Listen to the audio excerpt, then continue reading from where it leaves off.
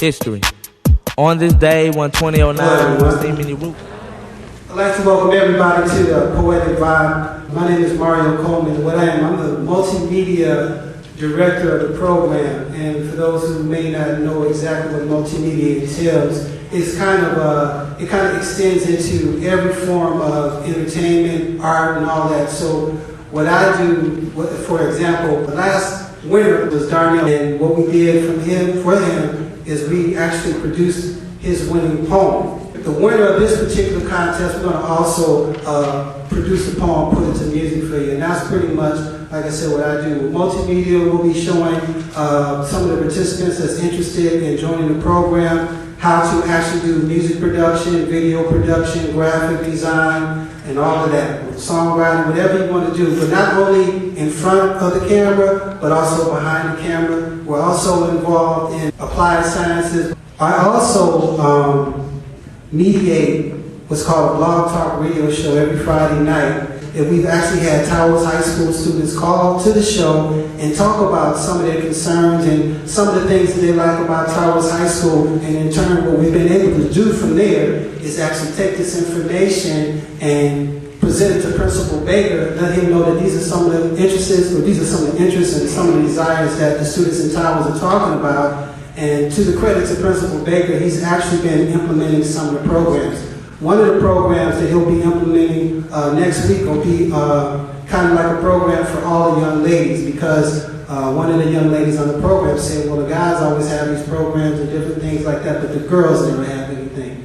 So we took that information back to Principal Baker, and he set this up, the program up on the 23rd. So we'd like for all you guys to come out and participate in that. I had a request to do this piece for the ladies, and so I'm going to do it. And the piece is entitled This Flower. This flower, placed within the garden of this earth, exhibiting an inner and outer beauty so astounding, I dare not limit it to the words that only I could express. Her beauty is worthy of every interpretation that could be given. Even still, it would not completely capture what she creates in all those who cross her path. This flower is so flawless in form that even her imperfections are perfect. Truly a masterpiece created by the hands of God. So alluring that one glance leaves you breathless. The second leaves you heartless, because she has stolen every impulse that you will ever experience regarding love, only to give it back to you tenfold. With a smile so brilliant it would blind you, so warm it would melt the coldest heart of any whose eyes meet hers. So inviting it shatters all resistance, enslaving you to her will until she sees fit to set you free. This flower displaying vibrant hues of femininity, radiant pastels of passion and sensuality, perfectly blended to such a magnitude that their effects scream through the hollow souls of those who once knew love but had forgotten its name. She serves as their reminder. And in closing, I would like to say that just because one flower is chosen from the garden doesn't mean that the remaining flowers are any less beautiful. And that's a piece. Thank you.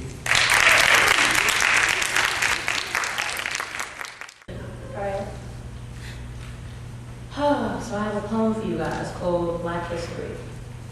If you like what you hear, give some applause. If not, then please just lay back. Black History. What's going on? Black teens pregnant at an age not out of teens. What's going on? Boys are abandoning their households without any means. What's going on? We're just not too interested in getting a degree. What's going on? I am telling you about the occurrences that have happened in my life with me. What's going on? We're looking down the hallway as I'm holding open this door, and what's going on is a question that even I don't have a direct answer for. Can we see our Black history? Or is this what we have been diminished to be? We went from chained ankles and rusty old cufflinks to neighborhoods watching our families being lynched without treats. There was no hot rod, and there was no nice dress code. That's why our great-grands look at us today and say that they have to be old. The highest rates with rates of school dropouts are black. The jail rate we know, so can we stop and think about that?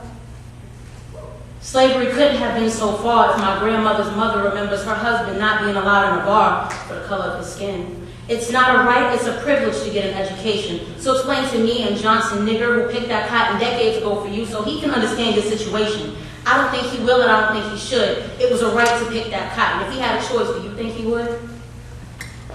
Why have we become our biggest enemies? It seems I can't trust my own and now to choose you guys as friends to me. My brothers, my sisters, I call you my kings and queens. We should be walking with our heads high, not pants low, writing hate poems and standing together and improving each other's dreams. As I stand silently amongst others waiting for a train. A group of teens walking up with invasion, yelling, not conversationalists, talking nigga this, nigga that, all over our calm terrain, and had the audacity to tell me to shut my mouth when I only asked calmly, I have had a long day, can you please, give me some silence or go on about your day? I know that slave who didn't have money to afford those nice clothes and was separated at birth from her mother so her existence to that woman as clothes would not stand to hear this. So I pictured her slamming him up against that wall, not me, because I don't have enough anger in me for him to back down and fall. Do you know you're just like me? I asked him. And in that moment, they processed what I said. 2 to 1 turned around and wished me the best. I knew they had the strongest heads. They all turned and walked away without the nigga this, nigga that. I think that was the day we realized the education of what it feels like to be black.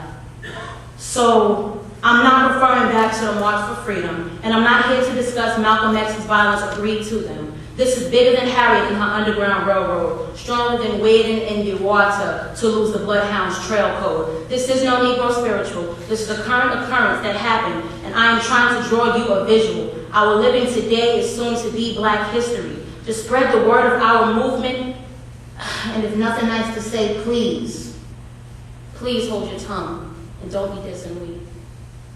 Thank you.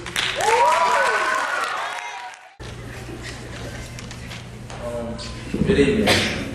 I would like to say first, thank you for the support from all the parents, teachers, counselors, and I want to thank my fellow classmates for coming to this tonight.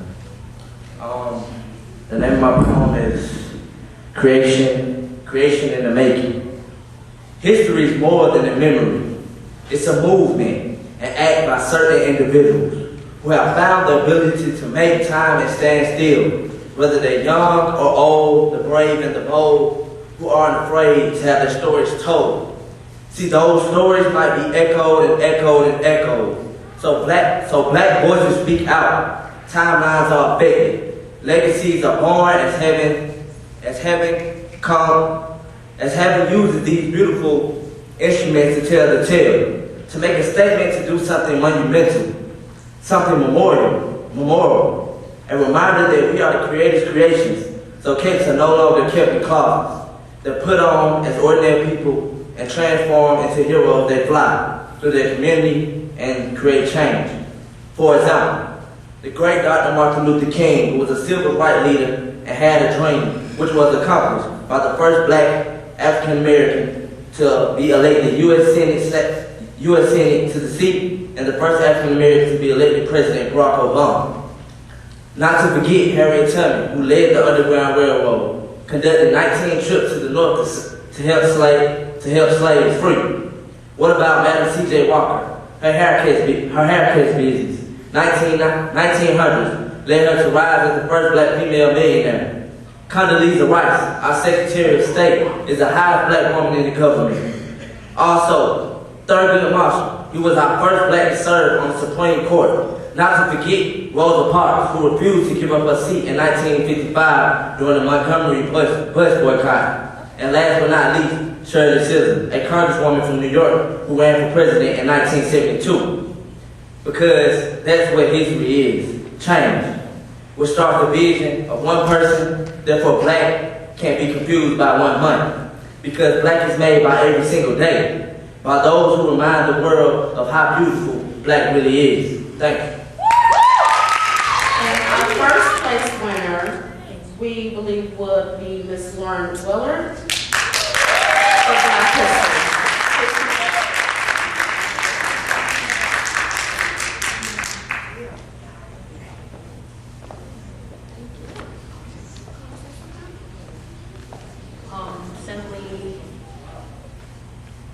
you.